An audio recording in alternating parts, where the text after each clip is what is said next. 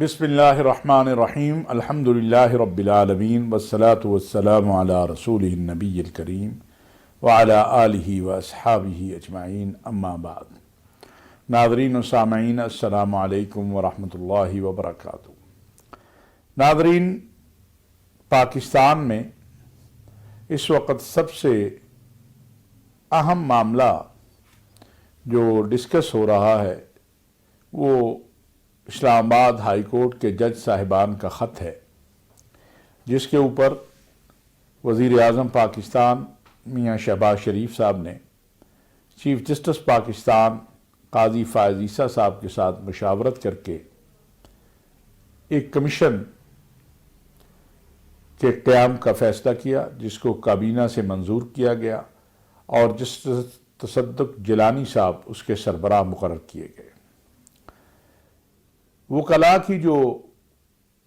Major تنظیمیں ہیں یا اہم تنظیمیں ہیں، ان سب نے تو اس کا خیر مقدم بھی کیا ہے اور اس کمیشن پر اعتماد کا اظہار بھی کیا ہے، لیکن پاکستان تحریک انصاف اور کچھ وکلاء اس کے اوپر اپنے تحفظات یا اس کمیشن کو نہ ماننے کا اعلان کر رہے ہیں۔ میں نے جیسا کہ کل بھی عرض کیا تھا کہ کسی بھی معاملے کی تحقیق جو ہے اس کے بعد ہی فیصلہ ہوتا ہے کہ حقائق کیا ہیں۔ جسٹس تصدق جیلانی صاحب جو ہیں، ان کے اوپر عدم اعتماد کرنے کی کوئی وجہ سامنے نہیں آتی۔ اگر کوئی وجوہات ہیں تو وہ سامنے لانی چاہیے، صرف اس لیے کہ انہیں موجودہ حکومت نے نامزد کر دیا ہے تو ہم نہیں مانتے، یہ میں سمجھتا ہوں رویہ درست نہیں ہے۔ کسی بھی معاملے کے اوپر ضد اور اناع یہ اس معاملے کو تباہ کر دیتی ہے، اور پاکستان کے اندر جو اس وقت ہماری سیاسی صورتحال ہے یا سیاسی فضا ہماری بنی ہوئی ہے، وہ اس بات کو واضح کر رہی ہے کہ یہاں پر آپس میں جو ایک اختلاف ہے، جو آپس میں یہاں پر ایک انتشار کی کیفیت پیدا کرنے کی کوشش کی جا رہی ہے، وہ کوئی اصولوں پر مبنی نہیں ہے، وہ تو ذاتیات پر مبنی ہے، مصلحتوں پہ مبنی ہے، مفادات پر مبنی ہے۔ بلا شبہ پاکستان کا ایک آئین ہے، قانون ہے، دستور ہے، اور اسی کے مطابق پاکستان کو آگے چلنا ہے اور پاکستان کو چلانا ہے۔ یہ ممکن نہیں ہے کہ اس آئین، قانون اور دستور کو خواہشات کے مطابق تبدیل کر دیا جائے اور اس کی جگہ خواہشات اور مصلحتیں اور مفادات لے لے۔ اگر کہیں پر کوئی ایسی غلطی ہوئی ہے یا ہو رہی ہے تو نہیں ہونی چاہیے۔ ماضی میں اگر آئین کو کسی نے توڑا ہے تو کوئی بھی اس کو درست نہیں کہتا ہے، لیکن ان اسباب پہ ضرور جب بھی بحث ہوگی یا ہوتی ہے تو یہ بات ضرور سمجھی جاتی ہے کہ غلطی ایک طرف سے نہیں ہے، غلطی کئی جہتوں سے ہوتی ہے۔ جیسا کہ پاکستان میں مارشل لاؤں کی بات کی جاتی ہے تو اس میں بھی یہ بات آتی ہے کہ اگر ان مارشل لاؤں کی حمایت عدلیہ نہ کرتی، سیاستدان نہ کرتے، مذہبی رہنما نہ کرتے تو مارشل لا لگانے والے جو ہیں وہ تقویت نہ پکڑتے۔ لیکن بدقسمتی ہے کہ سب سے پہلے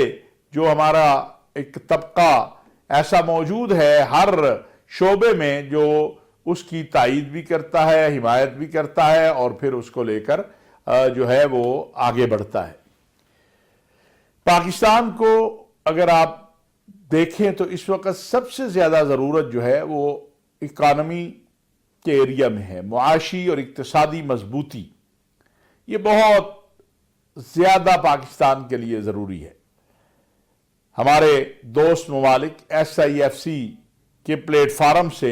یہ کام ہمارے ساتھ کرنے کو تیار ہیں کہ وہ ہمارے ساتھ تعاون کریں، اور ایس آئی ایف سی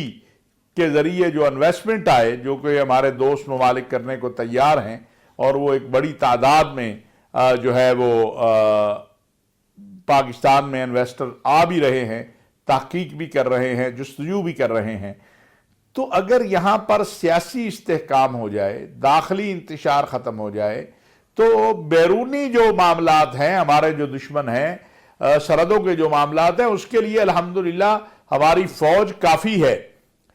اندرونی طور پر بھی آپ نے دیکھا ہے کہ جہاں بھی معاملات خراب ہوتے ہیں، جہاں فوج کی ضرورت ہوتی ہے، وہاں پر ابھی آپ ڈالر کو دیکھ لیں کہ ڈالر کی سمگلنگ جو ہو رہی تھی اور جس انداز سے پھر اس پہ جب کراچی میں سپہ سالار قوم کو بتایا گیا اور ان کو توجہ دلائی گئی، تو آپ نے دیکھا کہ کس طرح پھر ڈالر اس کے بعد سے نیچے ہی آ رہا ہے، اس نے کوئی اوپر جو ہے اس کی جو پرواز تھی وہ رکی ہے۔ تو معاملات کی بہتری کے لیے سب کو سر جوڑ کے بیٹھنا ہوگا، سوچنا ہوگا، پاکستان کا سوچنا ہوگا، اس کے بغیر آگے بڑھنا ممکن نظر نہیں آتا ہے، اور بالخصوص ان لوگوں کا محاسبہ کرنا ہوگا جو ڈس انفارمیشن اور فیک نیوز کے اوپر جو ہے صرف اپنے ویوز یا اپنے ویورشپ کے لیے یا اپنے چند ڈالروں کے لیے پاکستان کی تصویر کو خراب کرتے ہیں۔ ہمیں ایک عزم کرنا ہوگا، ہمیں ایک ارادہ کرنا ہوگا، ہمیں ایک جو ہے معاہدہ کرنا ہوگا پاکستان کی تمام سیاسی جماعتوں کو، مذہبی جماعتوں کو، جیسا کہ وزیر اعظم پاکستان کہہ چکے ایک میثاق معیشت کرنا ہوگا، صدر پاکستان کہہ چکے ایک میثاق پاکستان کی طرف ہمیں جانا ہوگا، سب کو مل کر کوشش کرنی ہوگی۔ یہ سب کا پاکستان ہے اور اس سے پاکستان کے لیے ہمیں محنت کرنی ہے، اپنے ذاتی مفادات، مصلحتوں اور اناؤں سے اوپر ہو کر، اور انشاءاللہ اگر ہم ایسا کریں گے تو اللہ کے فضل و کرم سے اللہ نے ہمیں بڑی باصلاحیت قوم بنایا ہے، ہمارے پاس بے انتہا وسائل ہیں، ہم انشاءاللہ کامیابی اور کامرانی کی طرف آگے جائیں گے۔ ناظرین و سامعین، پاکستان کے دشمن ہمہ وقت اس کوشش میں رہتے ہیں کہ پاکستان کو کمزور کیسے کیا جائے۔ جیسے میں نے آپ کو بتایا کہ انشاءاللہ پاکستان کی قومی وحدت پاکستان کو معاشی اور اقتصادی طور پر مضبوط کرے گی۔ اسی طرح میں آپ کے سامنے یہ بات بھی عرض کرنا چاہتا ہوں کہ جو ہمارا دشمن ہے وہ چاہتا ہے کہ پاکستان کے اندر وہ تخریب کرے، تاکہ جو پاکستان کے اندر بیرونی سرمایہ کاری ہے اور پاکستان کے اندر اندرونی جو ایک استحکام ہے وہ پیدا نہ ہو سکے۔ اور یہ آج سے نہیں ہے، اگر آپ دیکھیں تو 80 اور 90 کی دہائی میں پاکستان میں فرقہ وارانہ فسادات کرنے کی کوشش کی گئی، پاکستان میں لسانی اور صوبائی عصبیتوں کو ہوا دینے کی کوشش کی گئی، پاکستان کے اندر ایک فرقہ واریت کا عفریت پیدا کرنے کی کوشش کی گئی، پختون مہاجر، پنجابی پختون، بلوچ مہاجر، یہ آپ نے مختلف نعرے بھی سنے، لیکن الحمدللہ پاکستانی قوم نے، پاکستان کی ریاست نے مل کر ان سب پر قابو پایا اور قومی وحدت سے ان چیزوں کو ختم کیا۔ پھر 9/11 کے بعد پاکستان میں ایک دہشت گردی کی اسلام کے نام پر جنگ مسلط کی گئی، خودکش حملے، بم دھماکے، نہ کوئی مسجد محفوظ، نہ امام بارگاہ محفوظ، نہ چرچ محفوظ، نہ بازار محفوظ، حتیٰ کہ جو پاکستان کے سلامتی کے ادارے تھے ان کے دفاتر، ان پر حملے کیے گئے۔ اور یہ سب کچھ کون کر رہا تھا؟ یہ ہندوستان کی خفیہ ایجنسیاں افغانستان میں بیٹھ کے پاکستان میں کروا رہی تھی۔ اس میں لوگ کون استعمال ہوئے، اس میں اسلحہ کون سا استعمال ہوا، اس میں بارود کون سا استعمال ہوا، سب سامنے آ چکا ہے۔ پھر ایک تبدیلی آئی اور اس تبدیلی کے نتیجے میں پاکستان کے لوگوں نے یہ سمجھ لیا کہ اب ہم کم از کم اس دہشت گردی سے محفوظ ہو جائیں گے، اور الحمدللہ پاکستان نے، پاکستان کی فوج اور قوم نے مل کر اس دہشت گردی کو شکست دے دی تھی۔ لیکن پھر یہ احساس پیدا ہوا کہ اب تو ہمارے دوست افغانستان میں ایک ایسی حکومت آئی ہے، ایسے لوگ آئے ہیں جن کو پاکستان کے دوست سمجھا جاتا ہے، لہٰذا ہماری قربانیوں کو، جو 42 سال ہم نے قربانیاں دی ہیں، ان کو مد نظر رکھتے ہوئے یہ سلسلہ نہیں ہوگا۔ افسوس کی بات یہ ہے، دکھ کی بات یہ ہے کہ افغانستان میں بیٹھے ہوئے پاکستان دشمنوں نے